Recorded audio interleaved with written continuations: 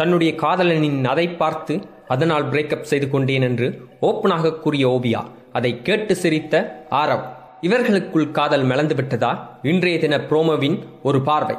ஓவியாவும் ஆரவும் அமைதியாக ஒரு இடத்தில் அமர்ந்திருந்து கதைத்துக் கொண்டிருக்கின்றார்கள்.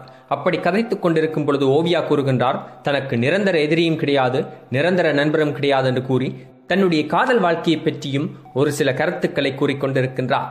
அதாவது தான் ஒருவரை பார்த்து அழகில் மயங்கி அவருடைய அன்பிலும் பண்பிலும் பழக்க வழக்கத்திலும் பார்த்து மயங்கி அவருடன் சேர்ந்து வாழலாம் என்று ஆரம்பிக்கும் பொழுது அப்பொழுதுதான் அவருடைய உண்மையான குணங்கள் தெரிய வரும்.